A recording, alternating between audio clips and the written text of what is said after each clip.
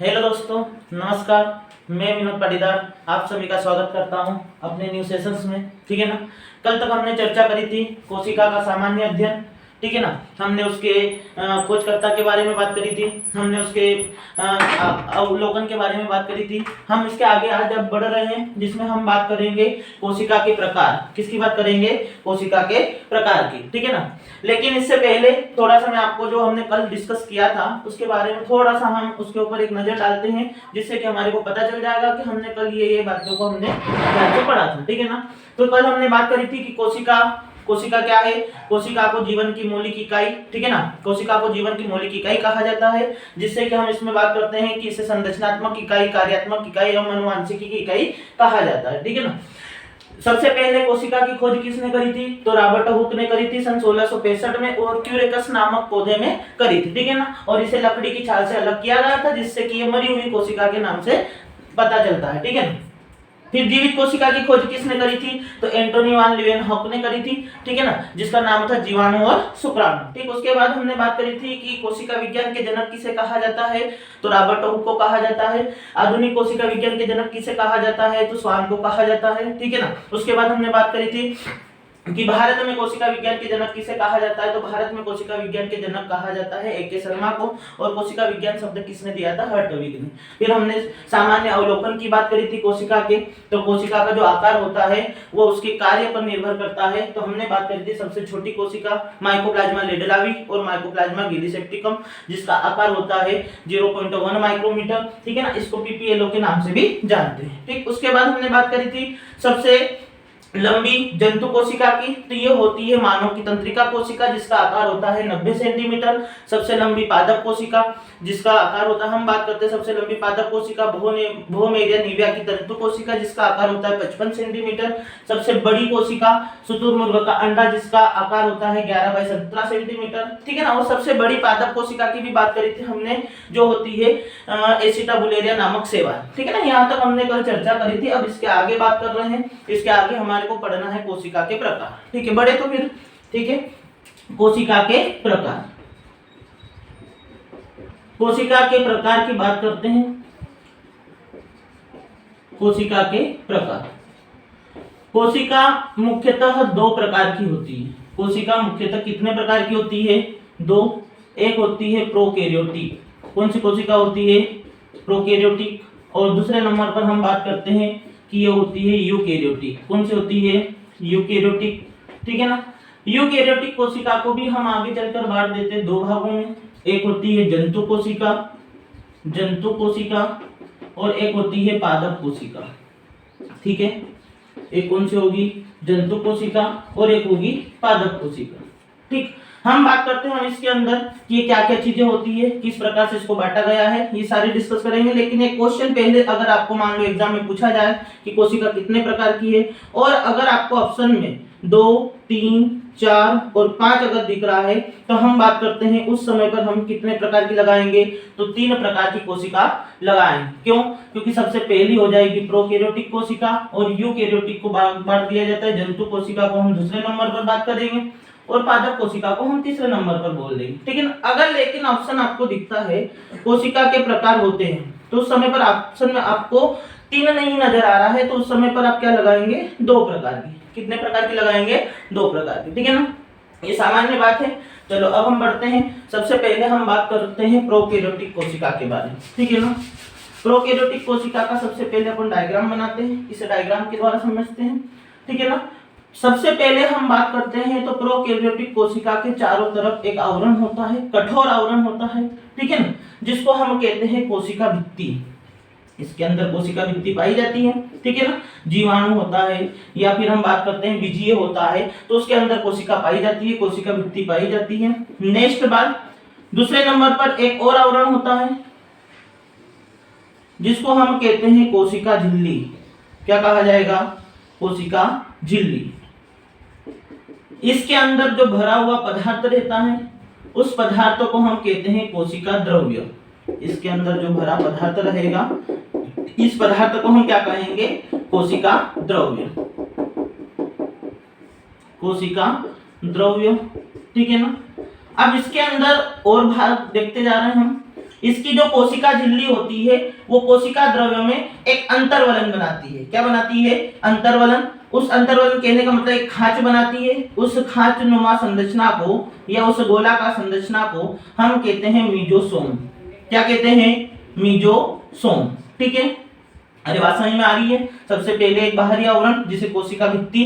कोशिका भित्ति वैसे तो 3 परतों की इसके अंदर होती है, हम जब आगे पढ़ेंगे डिटेल में उस समय पर हम अध्ययन करेंगे। ठीक है ना। आंतरिक आवरण कोशिका झिल्ली, इसके अंदर भरा हुआ पदार्थ कोशिका द्रव्य।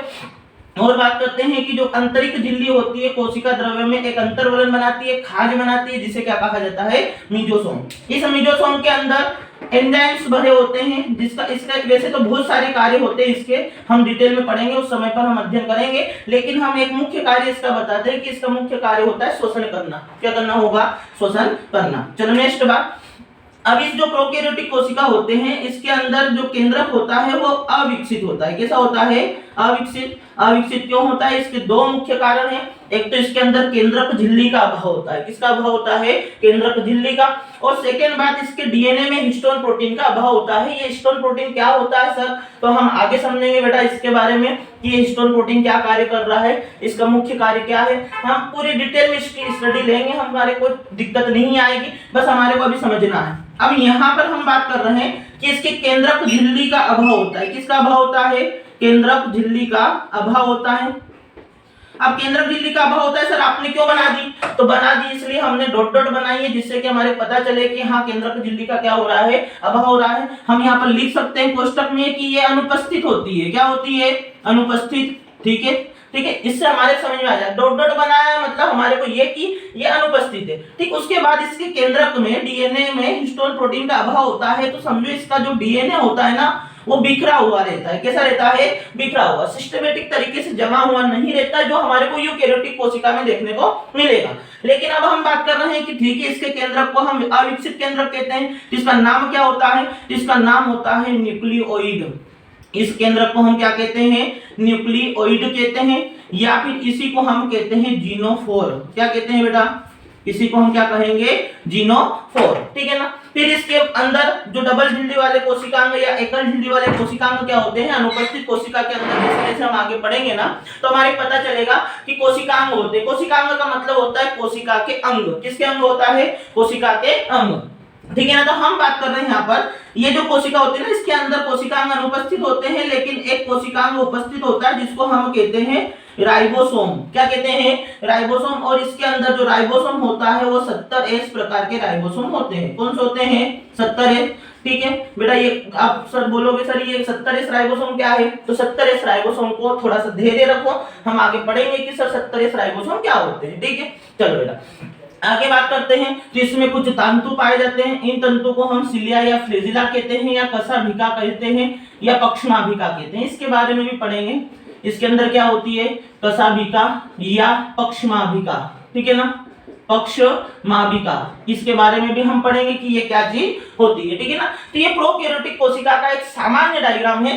आगे चलकर हम इसमें एक कोशिका रहेगी जीवाणु कोशिका, उस जीवाणु कोशिका का भी डायग्राम हम समझेंगे और उसको भी प्रॉपर तरीके से पढ़ेंगे। ठीक है ना। चलो, तो ये प्रोकैरियोटिक कोशिका। अब इसके अंदर हम प्रो और यू में अंतर देख रहे हैं। क्या देख रहे हैं? अंतर। वैसे जब यूकैरियोटिक कोशिका पढ़ेंगे तो हमारे को सारी बातें समझ में आ जाएगी कि हाँ सर हमने ये बातें पढ़ी हुई थी, हमारे को पूर्णतः क्लियर होता जा रहा है। तो हम बात कर रहे हैं हम यहाँ पर ये जंतु कोशिका और उत्पादक कोशिका को भी छोड़कर, क्योंकि हमारा नेक्स्ट स्टेप ही यही रहेगा। हम बात कर रहे हैं अंतर की। तो यहाँ पर हमने लिखा प्रोकैरियोटिक कोशिका। कौन सा लिखा हुआ है? प्रोकैरियोटिक। और यहाँ पर हम बात करेंगे यूकैरियोटिक कोशिका। यूकैरियोटिक कोशिका। ठीक है ना। चलो, अब इसके अंदर अंतर की बात करते हैं तो एक एक अंतर पूर्णतः हमारे को क्लियर होता जाएगा। ठीक है ना। सबसे पहले हम बात करते हैं, सबसे पहला अंतर केंद्रक।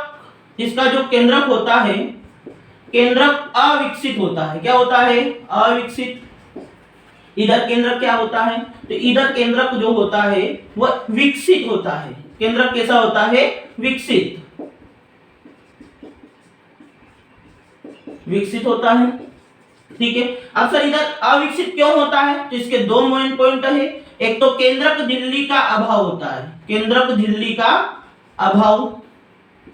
सबसे पहले क्या बात कर रहे हैं हम, केंद्रक झिल्ली का अभाव, ठीक है ना, मतलब इसमें केंद्रक झिल्ली नहीं पाई जाती है, हमने सब दर्शाई है, हाँ दर्शाई है इसलिए कि हमारे पता चल जाए कि हाँ ये अभाव होता है, हमारे को लिखना पड़ता है। इधर बात करते हैं तो इधर जो केंद्रक झिल्ली रहेगी वो पाई जाएगी, केंद्रक झिल्ली क्या होगी, उपस्थित होगी। टिक लगाया हुआ है, टिक का मतलब है उपस्थित, और अगर कहीं पर हम क्रॉस लगाएं उसका मतलब होगा अनुपस्थित, ठीक है ना। सेकेंड बात, डीएनए में हिस्टोन प्रोटीन का अभाव, हिस्टोन प्रोटीन का अभाव, डीएनए में हिस्टोन प्रोटीन का अभाव। इधर नंबर बात 2 की करें तो डीएनए में हिस्टोन प्रोटीन क्या होता है, पाया जाता है, डीएनए में हिस्टोन प्रोटीन क्या होता है, पाया जाता है। बात समझ में आ रही है बेटा यहाँ तक। चलो नेक्स्ट बात, दूसरी बात यहाँ पर कर रहे हैं, किसके अंदर डबल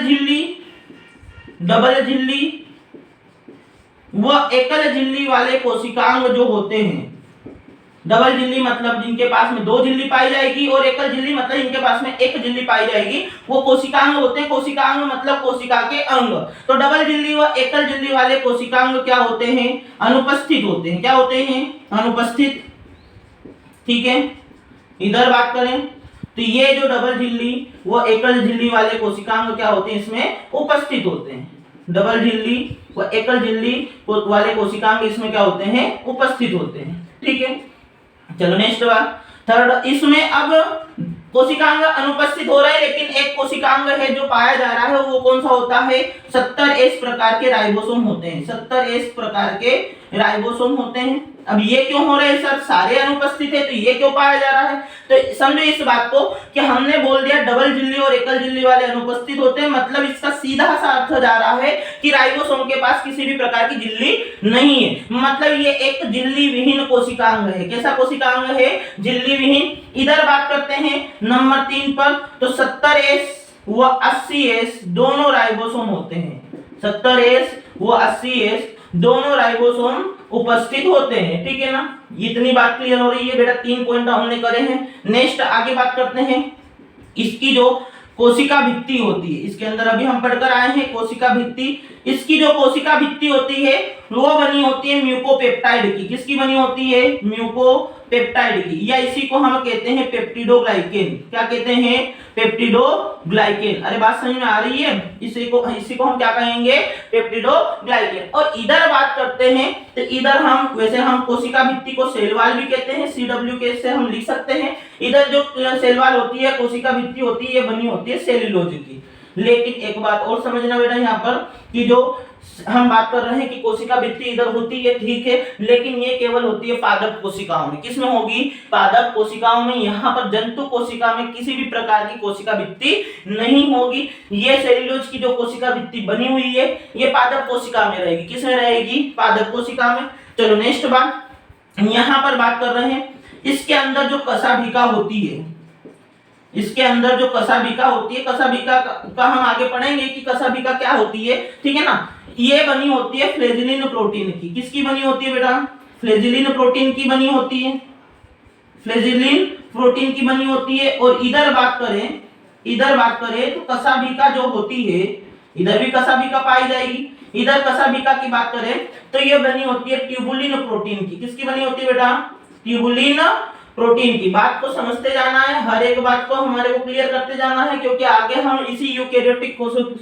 प्रोकैरियोटिक कोशिका को हम डीप में पढ़ेंगे, उस समय पर ये सारी बातें हमारे को समझ में आएगी, ठीक है ना।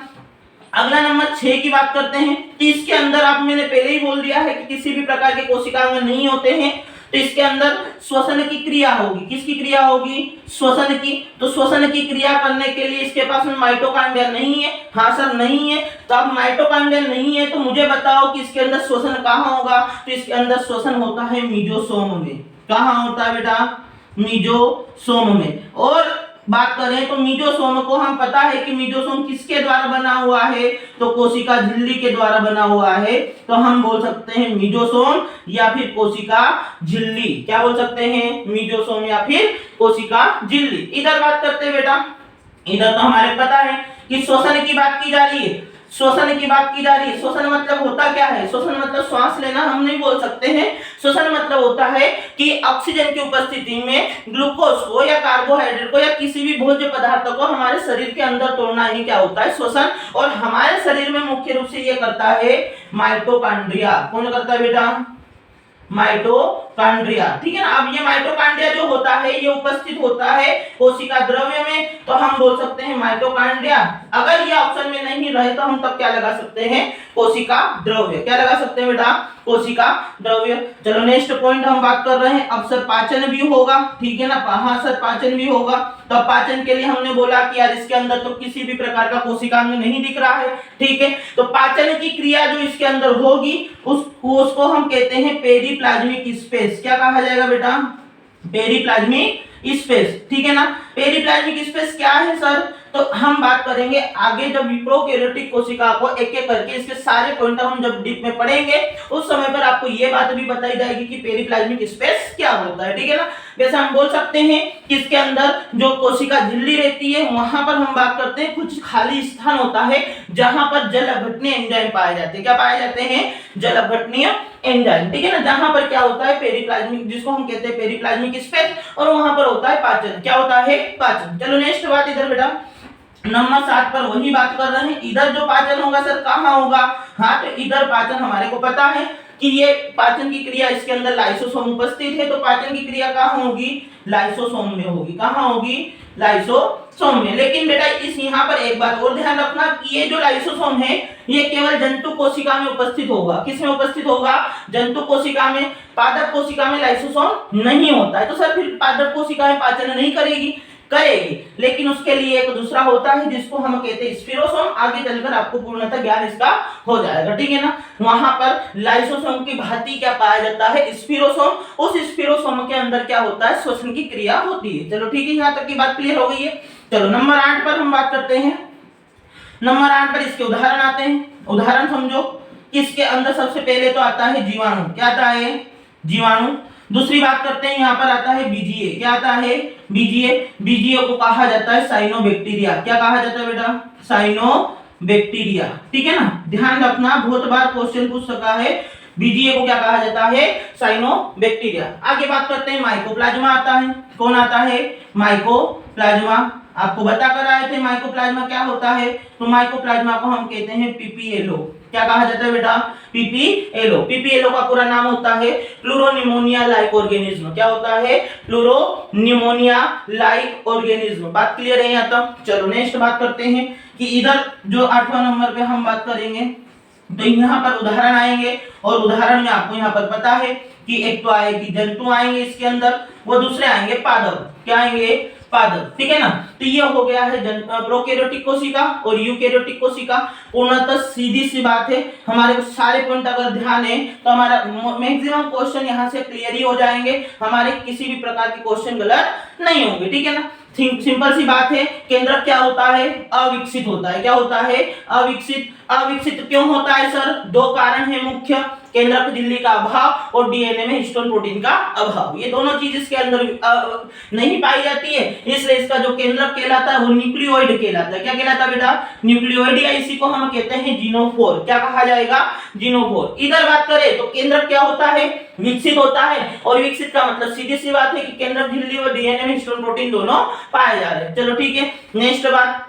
डबल झिल्ली व एकल झिल्ली वाले कोशिकाओं क्या होते हैं? अनुपस्थित। जैसे कि हम बात करते हैं माइटोकॉन्ड्रिया होता है, ईआर होता है, गोल्गी काय होता है, ठीक है ना। हम बात करते हैं लाइसोसोम होता है, ठीक। ये सारे कोशिकांग इसके अंदर क्या होते हैं? अनुपस्थित, क्योंकि इनके पास में या तो एक झिल्ली पाई जा रही है या फिर कितनी पाई जा रही है? दो, ठीक है ना। नेक्स्ट बात करते हैं, इधर ये सारे कोशिकांग क्या होते हैं? उपस्थित होते हैं। उदाहरण के तौर पर आप लिख भी सकते हो कि जैसे माइटोकॉन्ड्रिया हो गया है, ठीक है ना। फिर हम बात करते हैं हरित लवक हो गया है, ठीक है। उसके बाद हम बात करते हैं ईआर हो गया है, गोल्गी काय हो गया है। ये सारे कोशिकाएं इसके अंदर क्या होते हैं? उपस्थित होते हैं। अरे बात समझ में आ रही है? चलो ठीक है, हाँ से समझ में आ गई है। नेक्स्ट बात, इसके अंदर राइबोसोम मिलते हैं, और वो भी कौन से मिलते हैं?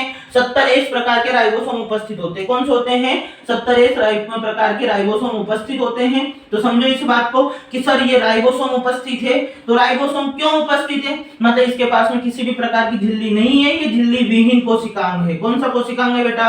झिल्ली विहीन कोशिकांग, मतलब इसके पास में झिल्ली नहीं पाई जाती है। उधर सर क्या है, उधर दोनों प्रकार के राइबोसोम पाए जा रहे हैं, 70Sb और 80Sb। ठीक है सर, समझ में आ गया। कोशिका भित्ति, म्यूकोपेप्टाइड और पेप्टिडोग्लाइकेन, इसको भी डीप में समझेंगे क्या होता है। ठीक है ना। इधर कोशिका भित्ति किसकी बनी होती है, सेल्यूलोज की बनी होती है। किसकी बनी होती है, सेल्यूलोज। चलो ठीक है।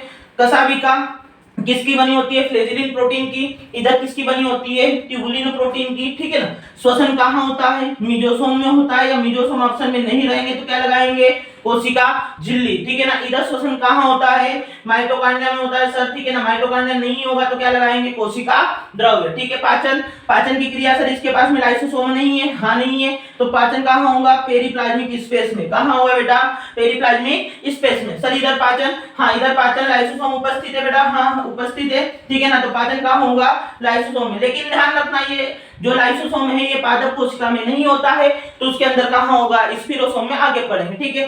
चलो सर, हाँ सर। नेक्स्ट उदाहरण जीवाणु हो गए, बीजीए हो गए। बीजीए को पूरा नाम होता है ब्लू ग्रीन एल्गी, और इसी को हम कहते हैं साइनोबैक्टीरिया। क्या कहते हैं, साइनोबैक्टीरिया। आगे आता है माइकोप्लाज्मा, जिसको हम कहते हैं पीपीएलओ। क्या कहा जाएगा, पीपीएलओ। और इधर बात करते हैं उदाहरण के तौर पर क्या आएगा, जंतु व पादप। जो सारे जंतु और सारे जो पादप आ जाते हैं वो किसके अंदर आ जाते हैं, यूकेरियोटिक कोशिका के अंतर्गत। ठीक है बेटा, यहाँ तक की सारी बातें समझ में आई हमारे को।